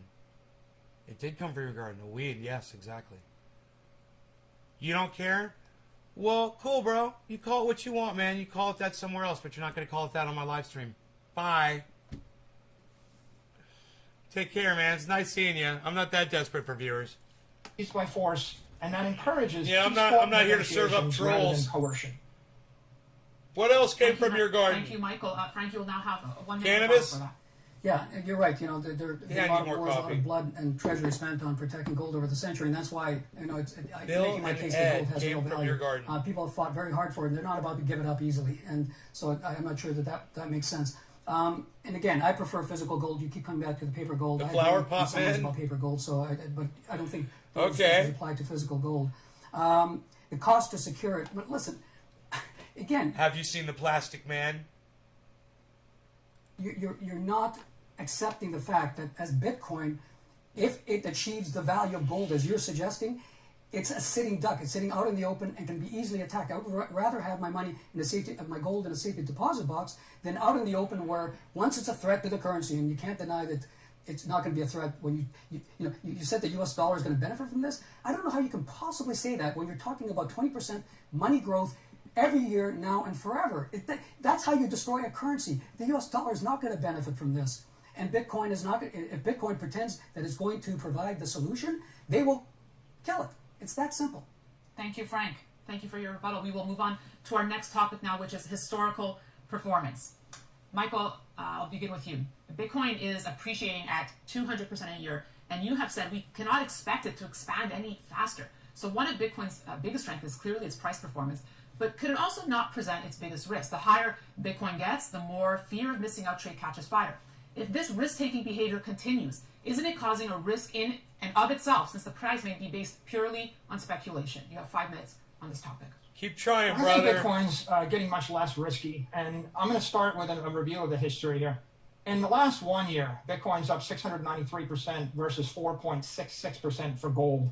Its Sharpe ratio is 4.7 versus 0.43% for gold. Over 5 years, $1 invested in gold would yield $1.33. $1 invested in Bitcoin gives you $132 for Bitcoin. If you actually chose gold instead of Bitcoin, Isn't that what it comes down to right there, man? For most people. What he just said.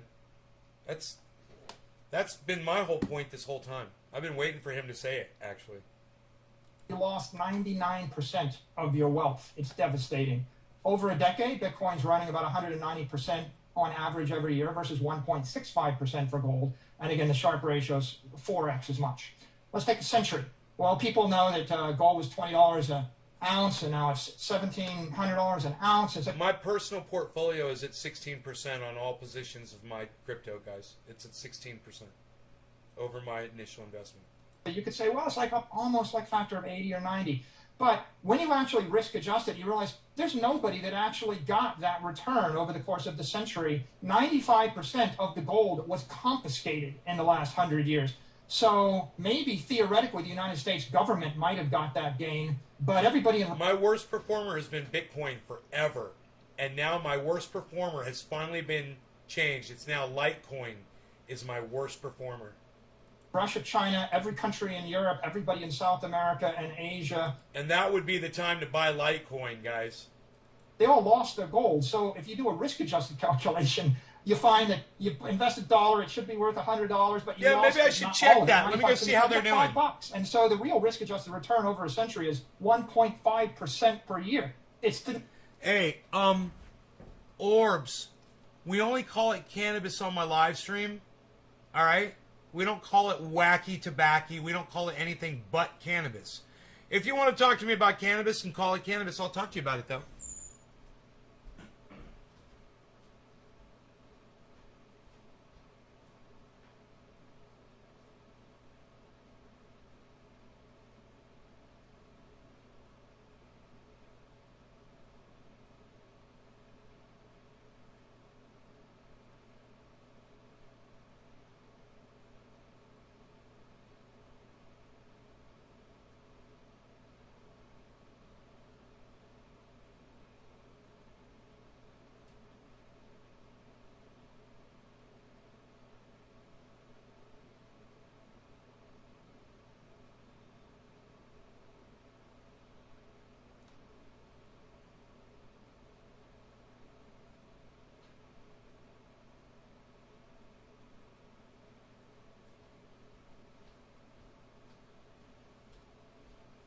I just turned the heat up on the warming cabinet.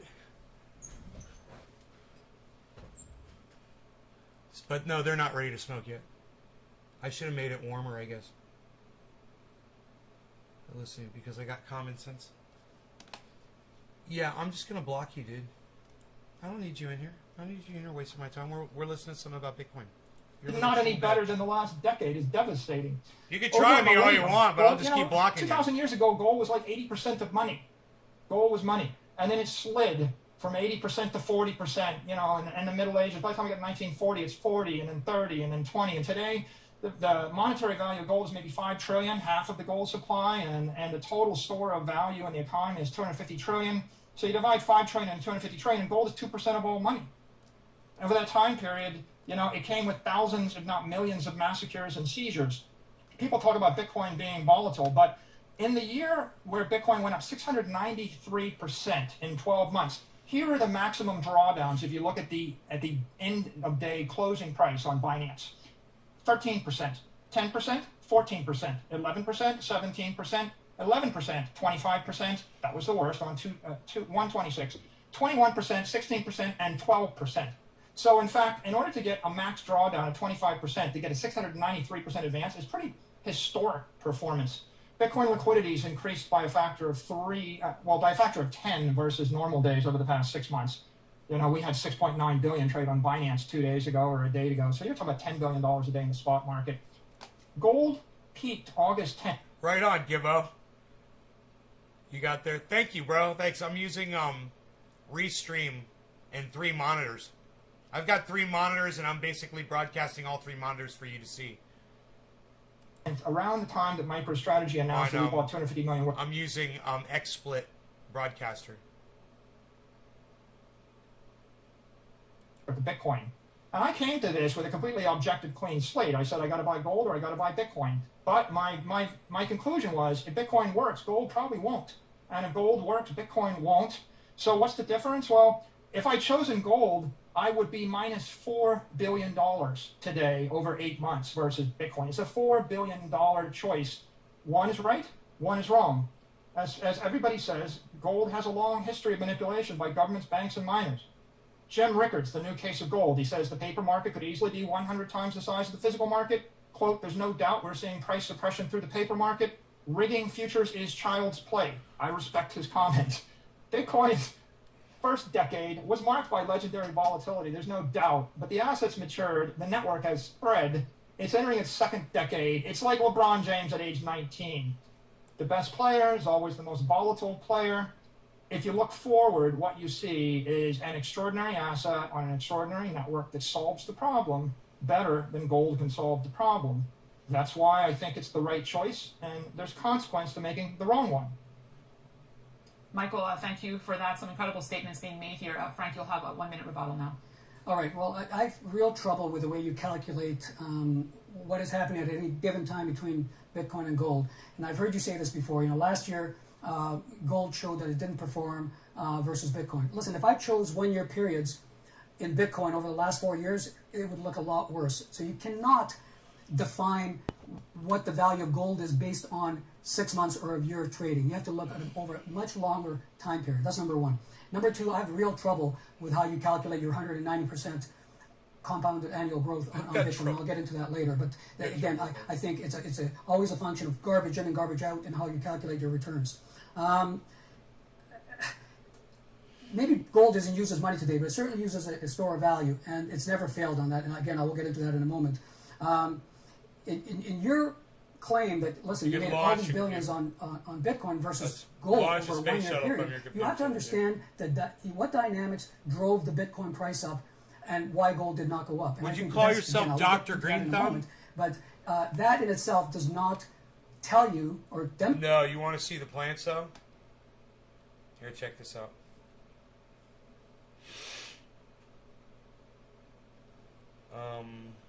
Let's try this. Give me a second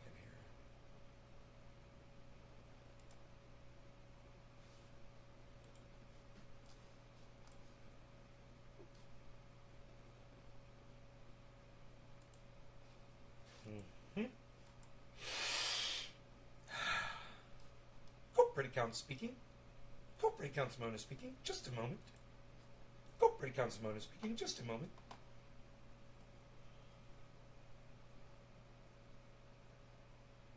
I'm bringing him up right now, Brian Brandon. Sorry, bro.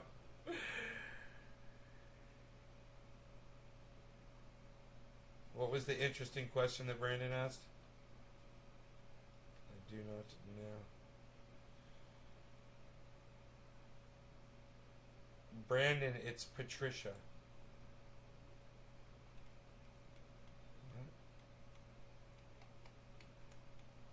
I must have missed it.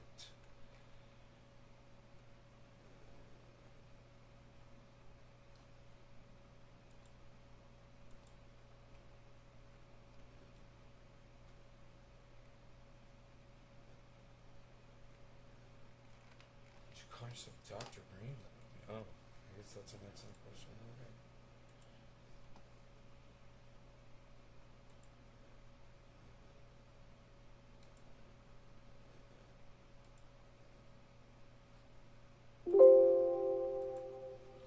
Yeah.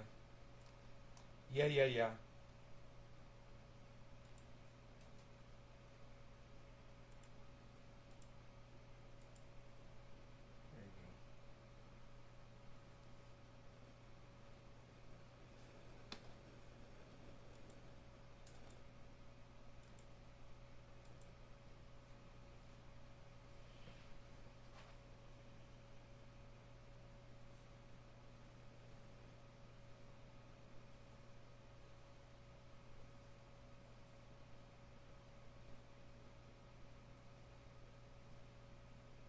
Oh, sorry, Sean.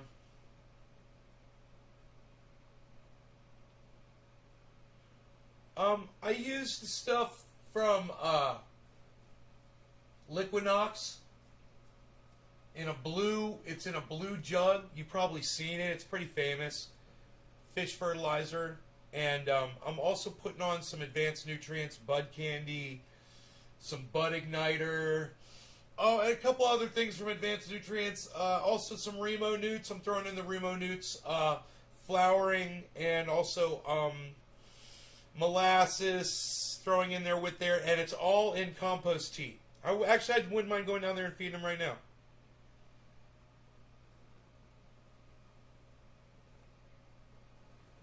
Yeah, it doesn't matter which you use as long as it's organic, as long as it's organic based or derived from natural ingredients. Most of that stuff most of everything I use is from kelp. It's almost kelp derived or from the ocean. It's pretty good shit.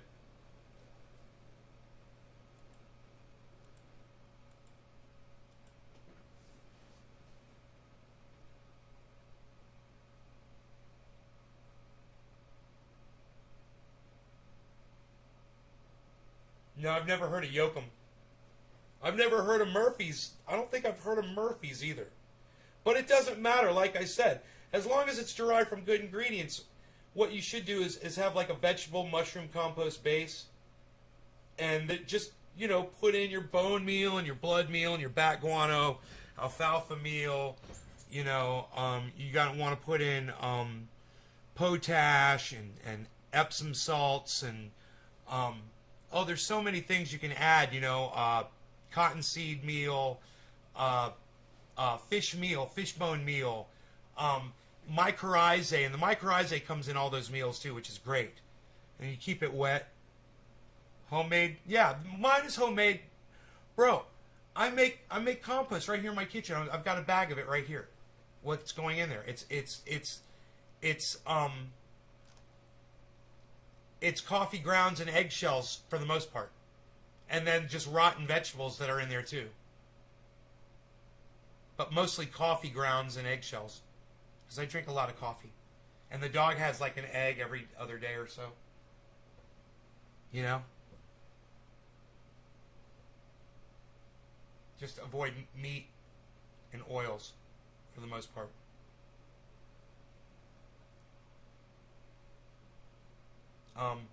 I'd love to go down there and give them a feeding right now.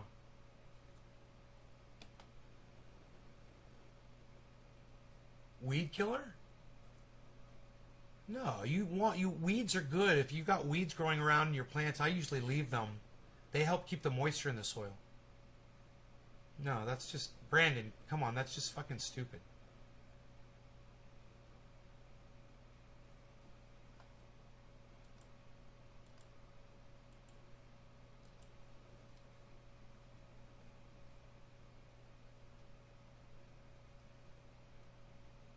You know?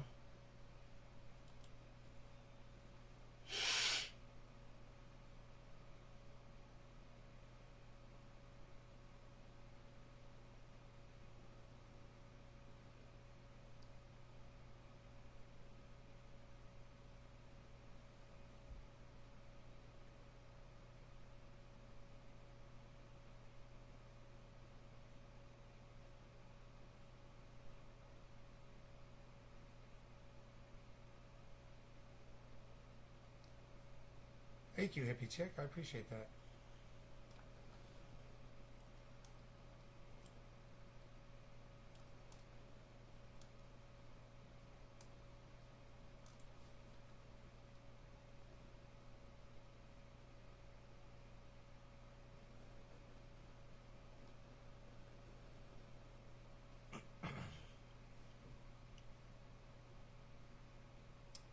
Fuck, dude. Killer Kansas, huh, bro? I say get the fuck out of there. Oh, man.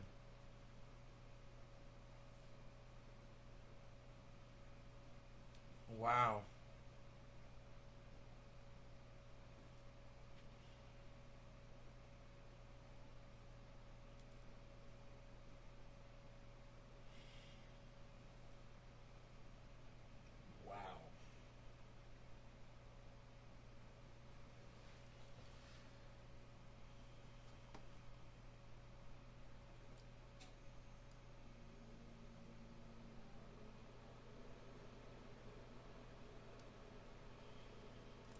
There it is. One more time if you want to take a screenshot.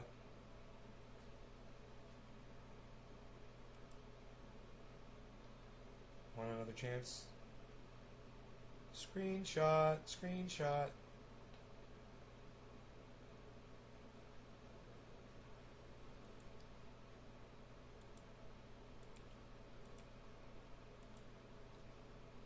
Look at the screenshot.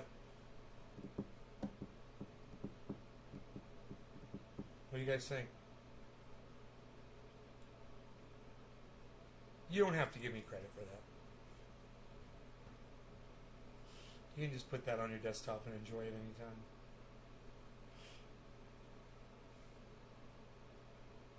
What do you think, guys?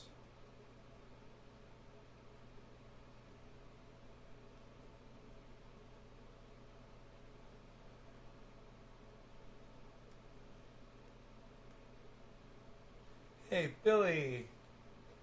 Meat is okay if it's a midget. Those motherfuckers drink a lot of beer, so it's clean.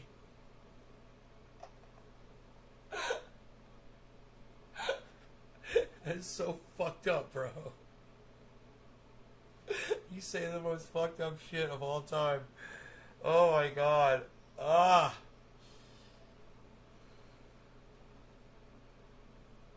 No, Orca, no. You gotta walk away from that shit, man.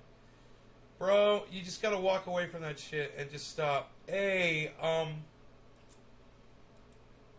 this is just,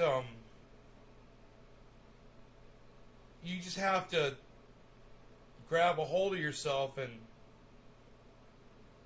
you know, you gotta walk away, brother. Plant number 1's 10 feet tall. I go up on a 6-foot ladder and I'm nowhere near the top of it.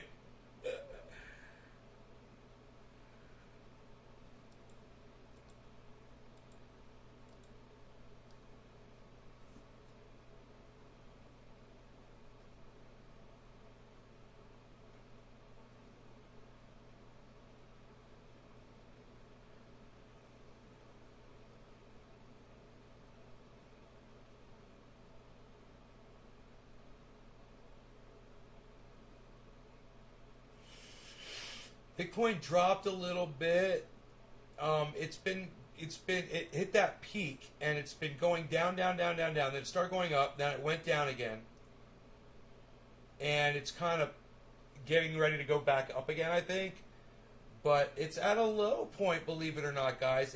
The low is at 54.2. I think it's pretty low, and that's great, man. 54.2. It's doing really good. Thank you, Mandy. I appreciate that.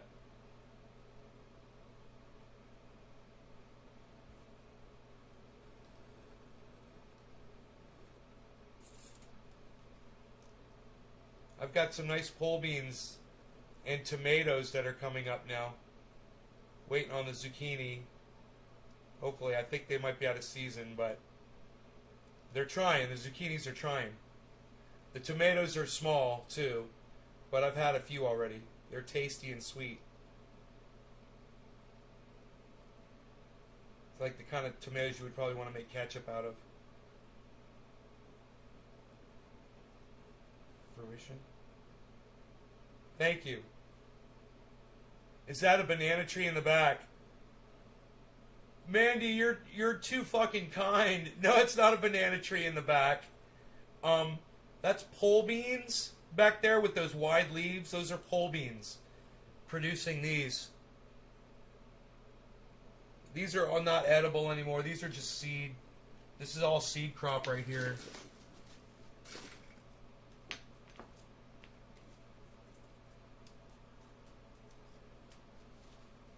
But you go down there and there's plenty. You can pick right now. You can eat right now. Plenty. Yeah, you gotta walk away from that shit. Like it never even happened, bro. You gotta serve pro that bitch, Orca. Good. Serve pro. Like it never even happened, homie. It's time for a new stage in your life. It's time to start cutting up that stomach, bro, like me. This is what you want. Right there. You want the abs of steel, bro. Let's do it. Me and you, man. What do you say?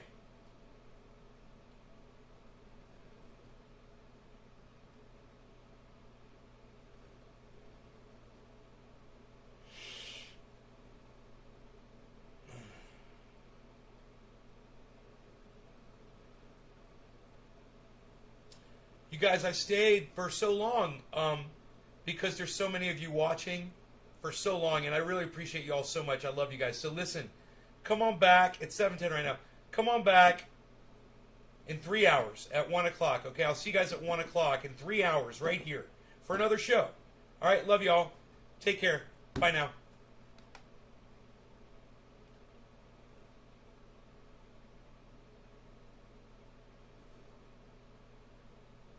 Right, Orca. Serve pro that bitch. like it never even happened. Walk away. Walk away. Bitcoin's going to hit 54.4 right now. Boom, 54.4. There it goes. Let's see if it keeps going. Keep your eye on it, folks. Bye now. Hey, Nick, you're here. Steven, what's up? Steve, you're here? I didn't know you guys were here. What's up, guys? Huh. Huh. Hashtag keep it open, huh?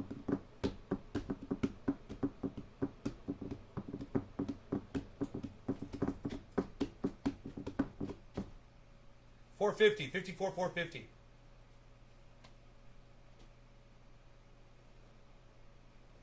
All right, just do what we told you to do and serve pro that bitch. Josh G says keep it open. Check my coffee. My coffee's been gone for a long time. Heavy P, unfortunately. Good call though. Hey, did I tell you Bitcoin was going to start going back up, guys? I told y'all. Listen, I gotta go. I'll talk to y'all later.